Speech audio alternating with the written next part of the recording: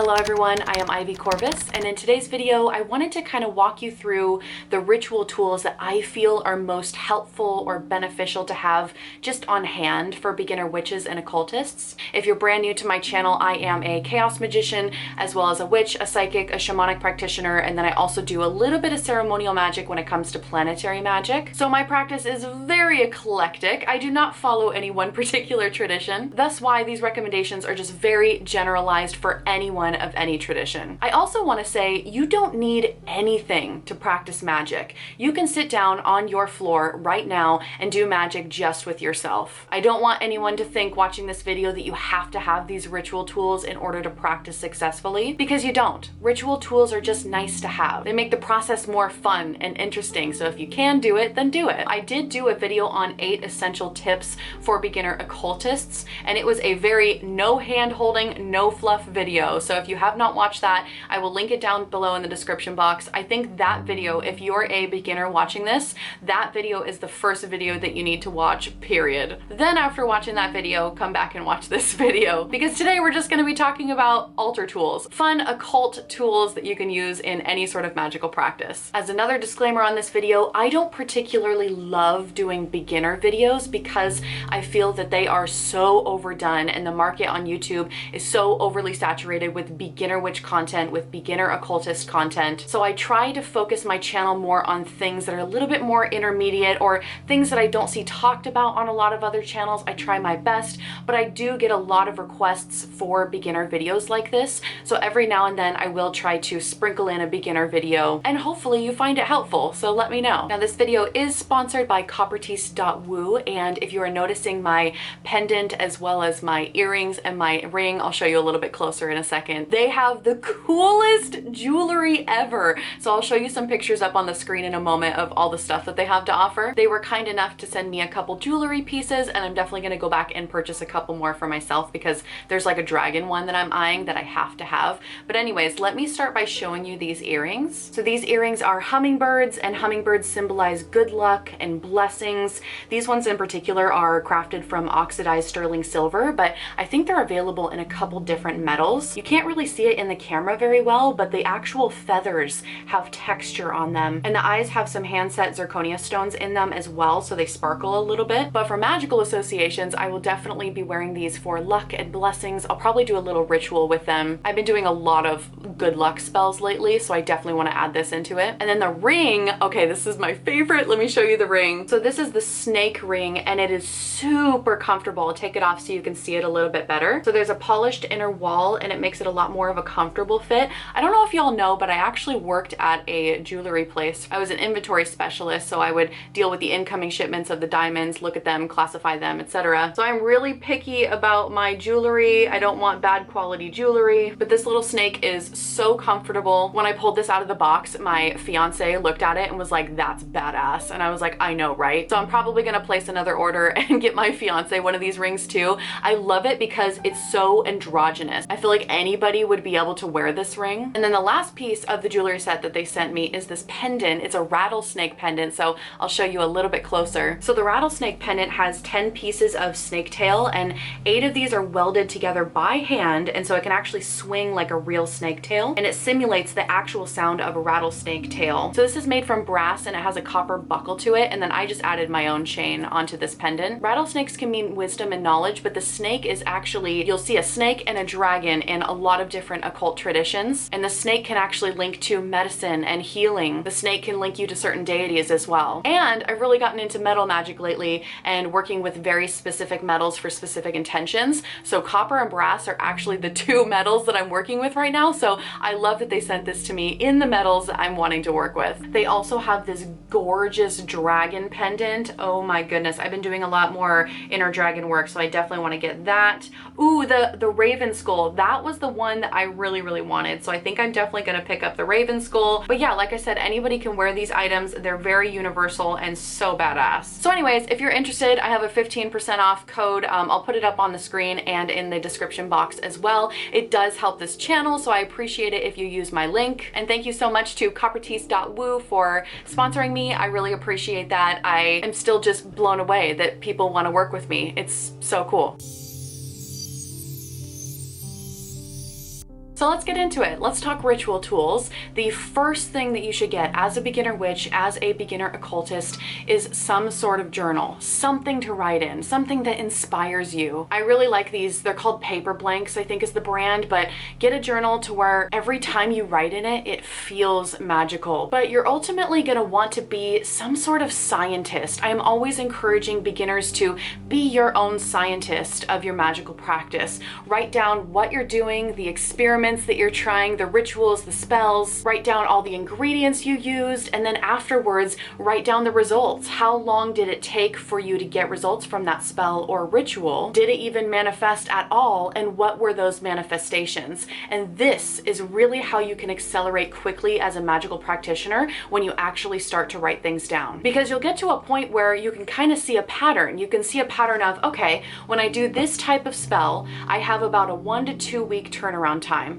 Or when I do a larger ritual, it takes approximately a month in order for me to see results from that. Or let's say you don't get the results that you want and you need to redo the spell. You need to know what you did so that you can correct it, you can adjust your recipe and keep adjusting until you get the results you desire. And it's also great to have stuff written down if you ever need to reverse a spell. Oh my gosh, this is so important. If you ever do a spell and you don't like the outcome, or maybe you don't need that outcome anymore and you want to reverse the spell, you are going to need it written down in your journal of exactly what you did so you can do everything in reverse or kind of do some sort of counter spell. Otherwise, if you don't write it down and you don't remember what you did, you essentially have to let that spell play out. So writing stuff down is crucial, and I think it's also really important for beginners to start tapping into their intuition and developing their psychic abilities. I personally believe that everyone has the ability to be psychic. You just need to discover what those gifts are for yourself,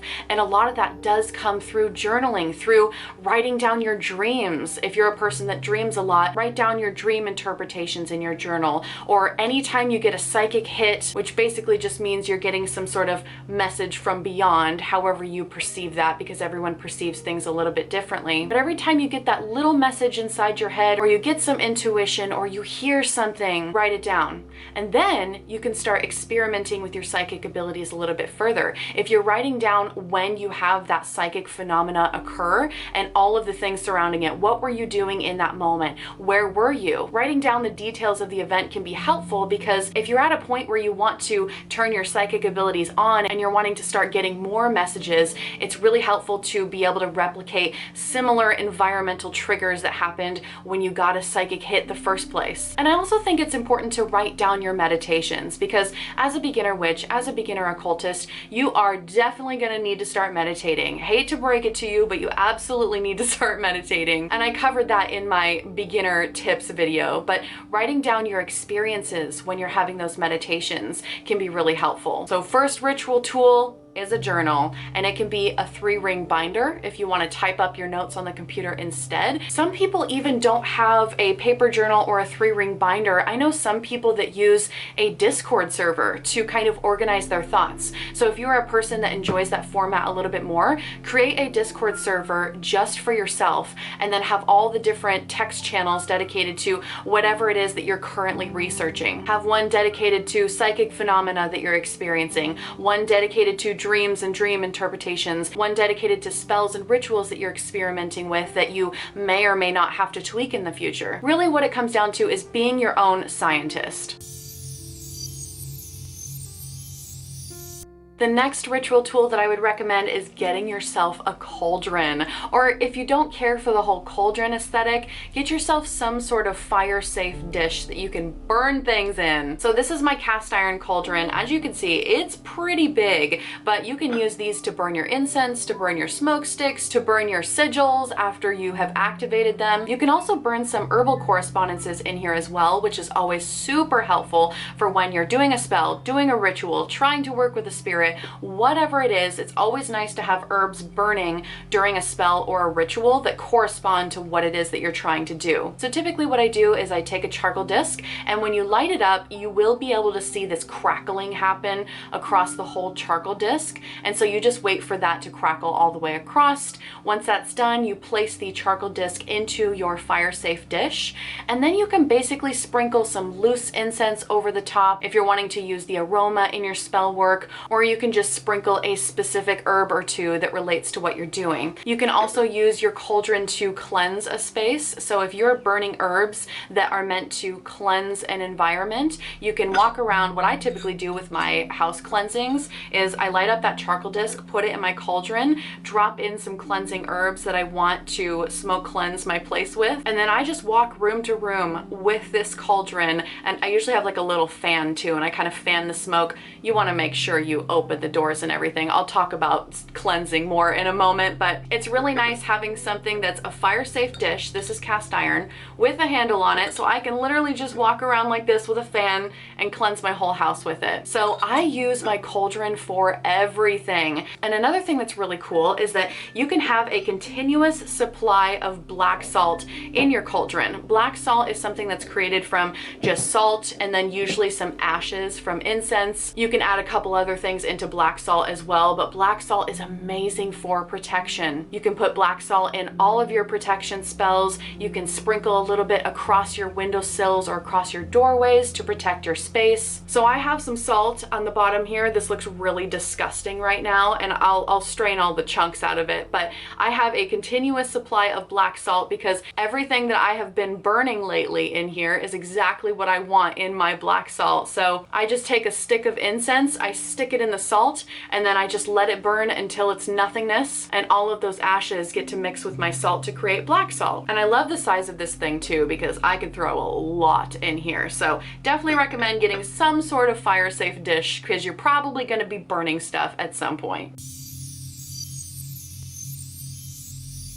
But let's talk about cleansing a little bit further, because the third ritual tool that I'm going to recommend is something to cleanse your space with. Because prior to doing any sort of spell work or any sort of ritual, there's usually the process of cleansing yourself, cleansing your space, cleansing the items that you're using. You want everything to be spiritually, energetically as clean as possible before you go into that ritual. So you're going to need something to kind of cleanse your space and cleanse yourself. You can get something like this, which is a smoke stick, and there are so many different herbs that you can use for something like this. You can get these smoke sticks at any metaphysical shop for the most part. You can also make them yourself, which is what I typically do. So I grow my own rosemary and I grow my own eucalyptus and my own garden sage, and I usually take those three, not white sage by the way, it's garden sage. There's actually many varieties of sage, but anyways, I bundle the three together, I dry them out, wrap them in a twine, and create something like this. So there's so many different types of herbs that you can get in these little smoke sticks. And if you really want to get fancy, you can look up the metaphysical properties for each plant to really kind of identify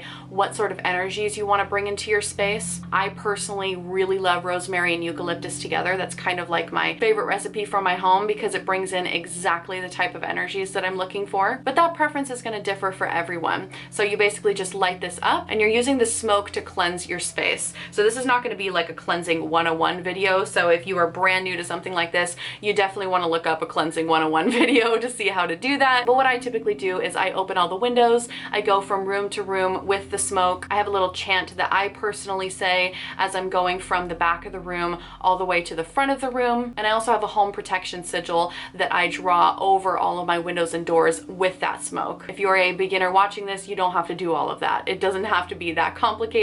You can simply use the smoke and then pass your ritual tools over the smoke, or just kind of put the smoke over your body if you're wanting to cleanse yourself. Alternatively, smoke is not great for a lot of animals. So not great for a lot of dogs and cats if you have pets at home. There are so many other ways that you can cleanse your space. You can also cleanse your space through sound. So I would recommend maybe getting a singing bowl or maybe getting a bell, and that way you can ring it, do the same thing, go room from room, or you can ring it over your ritual items. But you can also look up some options online for cleansing sounds, certain binaural beats that you may want to put on to cleanse a space. There are also energetic ways to cleanse your space that don't require ritual tools at all, but definitely get something to cleanse your space, whether you are smoke cleansing, whether you are sound cleansing, whether you're doing some sort of energetic cleansing and it doesn't require a ritual tool at all. You'll have to figure out what works best for you. The next ritual tools that I want to recommend are candles and candle accessories. And candles, oh my gosh, I should really do a candle magic video because it is so diverse. And again, depending on your tradition, it's really going to depend on the type of candle work that you bring into your rituals. I personally love working with figurine candles. I think it's a great way to bring in some additional correspondence. So if you are casting a spell on a particular person, whether it's yourself or a family friend or whatever, whoever it is, you can get a figurine of an actual body of a person and you can carve in their name, their date of birth. You can also get a skull candle if you're looking to do some psychological work to really maybe kick a bad habit that you have or do something with your own mind. Using a skull candle is really effective and you can carve your intention into that skull. There's marriage candles where you've got two people standing side by side, and there's so many different types of figurine candles that can really just add an extra layer to your spell work. But beyond figurine candles, I mean, there's pillar candles, there's tea light candles. You're gonna probably run into spells and rituals that require you to use some sort of candles somewhere. Sometimes candles are used to entice a deity into your space or a spirit into your space, in which case you would anoint them with special oils or surround the candle with certain herbs. What I like to do is every time I am at a thrift store, I always look at the candle section because there are almost always some candles. You can find them at the dollar store as well, but there's usually a candle for like $1 or $2 or whatever. So even if I don't need them right in the moment, if I find some blue candles, I'm gonna pick them up because that blue candle is gonna be really helpful in a communication spell later on. Or maybe I'll pick up a yellow candle because that's gonna be really helpful in a happiness ritual, a friendship spell. Color can definitely add some additional correspondence. So if you see colored candles on sale, pick them up. And then as far as candle accessories go, this is a little candle carver. Okay, I thought that this was totally unnecessary for the longest time. When I was carving into my candles, I used everything. I used a pen, I used a little knife, I used a nail clipper at one point, and I used the little jaggedy part that sticks out. And it wasn't until I got this candle carver, this is such a game changer. It sounds so silly, but get yourself a candle carver. Carving sigils into candles is so much easier. Just do it. Get yourself a candle carver because I will never not use this thing ever again. It's amazing. So the next ritual tools that I want to talk about are magical oils and an oil burner. And I think this is so beneficial for so many different magical traditions. I did a whole video on magical oils, all the different ways that you can use them, as well as my favorites. So I'll link that below in the description box, but there's so many ways that you can use them. And it's not just anointing your candles, although that is probably the most popular way to use magical oils. You anoint your candle with a specific magical oil that is tied to a certain intention. So if you don't even know what magical oils are, they're basically an oil that has been enchanted or imbued with a specific intention, and it typically has like herbs or little crystal chips in it that also relate to that intention. So you can have like a banishing oil or a love oil, protection oil, whatever. There's all these different kinds of oils. And let's say you're sitting down to do a candle spell. You sit down with your black candle, you take your protection oil, you drizzle it all over your black candle, and there you go. That is the most basic protection spell that you could ever possibly do. And then if you want to get fancy and you want to throw a sigil into it, you want to carve in some intentions into the candle, you want to surround it with some additional herbs, you go for it. But magical oils, at least in my practice, are so essential. But again, like I said, not just for anointing candles, you can anoint yourself as well. So there are certain oils that you can anoint your third eye with to help enhance psychic abilities. There's certain oils that you can anoint behind your ears to help you hear good news or filter out what you're hearing. You can anoint the bottom of your feet with some lucky oil, and it helps you to be in the right place at the right time. You can also have oils that are made for specific spirits or specific deities that you're working with. So let's say you're working with Medusa. Medusa is a deity I used to work with quite a bit. I had an oil that was crafted specifically for her. It was called a Medusa oil. And every time I gave her an offering, I would always have that ritual oil somewhere within the offering, or I would anoint the Medusa statue with the ritual oil, or I would anoint myself with Medusa oil when I'm wanting to connect with Medusa for the day. But an oil burner can be really helpful because you essentially put the oil on top and then you light a little candle below, and it allows that aroma to really fill up the space. space. So if I'm doing a ritual with Medusa and I'm wanting to invite her into my space, I can burn some Medusa oil, and that extra correspondence helps entice her into this space. So get yourself some magical oils, get yourself an oil burner. You can also have oils that relate to particular planets. If you're starting to get into planetary magic, you can get ones that relate to the sun, the moon, Mercury, Mars, Venus. You get my point here. But it's basically just a way to add some nice extra correspondence to your ritual space. I also love to burn magical oils when I'm meditating. I find that that really helps enhance my meditative experience. So again, if you're interested in this, check out that magical oil video I did. The last category of ritual items that I want to talk about are altar cloths and altar tables. Not everyone is going to have a space where they can set up a full permanent altar, and that's absolutely okay. And by the way, your altar doesn't have to be indoors. It can be an outdoor altar as well, at some stump inside some random forest that no one can find. But if you do have a space where you can set up a permanent altar, an altar table is obviously going to be really great for sitting down, doing your meditations, doing your chanting, your whatever it is that you're doing for your magical practice, doing your spell work, your rituals, doing your journaling, some sort of designated space where you are doing spiritual work there. And it acts as some sort of psychological trigger as well. When you walk up to your altar, you have your altar set up for you, it kicks your brain into that space a little bit faster. Each time you go back to that altar, it really enhances that feeling of being in a spiritual space when you're there. So if you can set up a permanent altar space, amazing. If you can't though, and you do not have the ability to set up a table,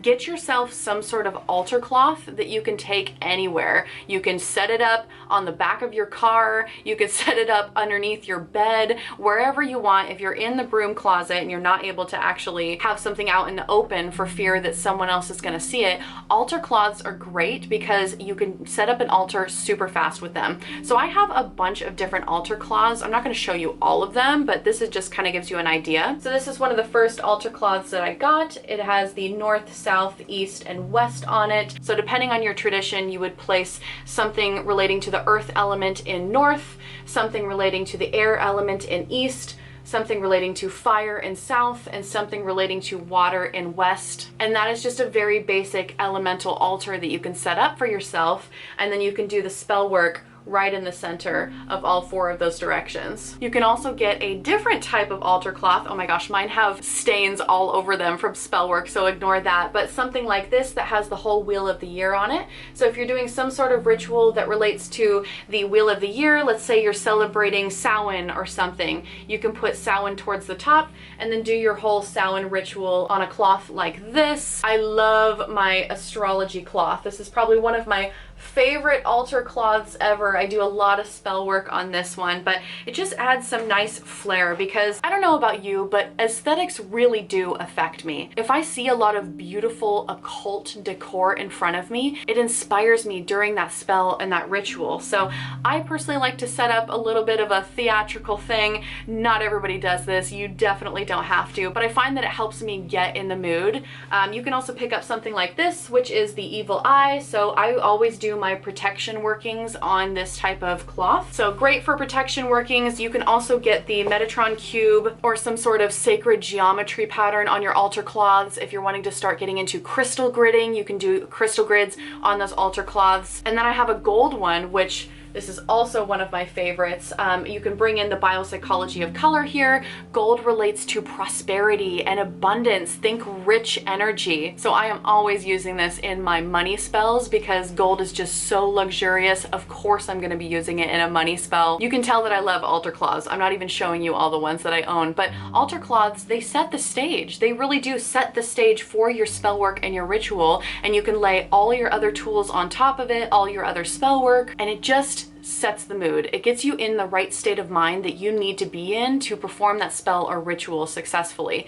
Again, none of this is needed. You don't need any of this crap if you don't want to. It's just nice. It's just a nice little added bonus. And the best thing about altar cloths is that they are so easy to store. You can fold these up super tiny and store them in a little drawer somewhere, store them in your pillowcase, or store them underneath your bed. So again, if you are in the broom closet, you're not able to set up a permanent altar somewhere, you can have a thin little altar cloth hidden in your pillowcase that you only pull out when you're about to do a spell or a ritual, and you can set it up on the living room floor or your bedroom floor and then do the rest of your ritual on top of that cloth. Of course, there are many other occult tools that I love working with that are so fun, but those are the ritual tools that I'm going to recommend in today's video. If anyone wants a video of me just going through all of the ritual tools I have and what I use them for, definitely let me know in the comments below, but I wanted to keep this video at least short and sweet for beginner witches and occultists. I didn't want it to be too overwhelming. There is already a ton of materialism that I don't care for in our society, and I don't want people to ever think that they need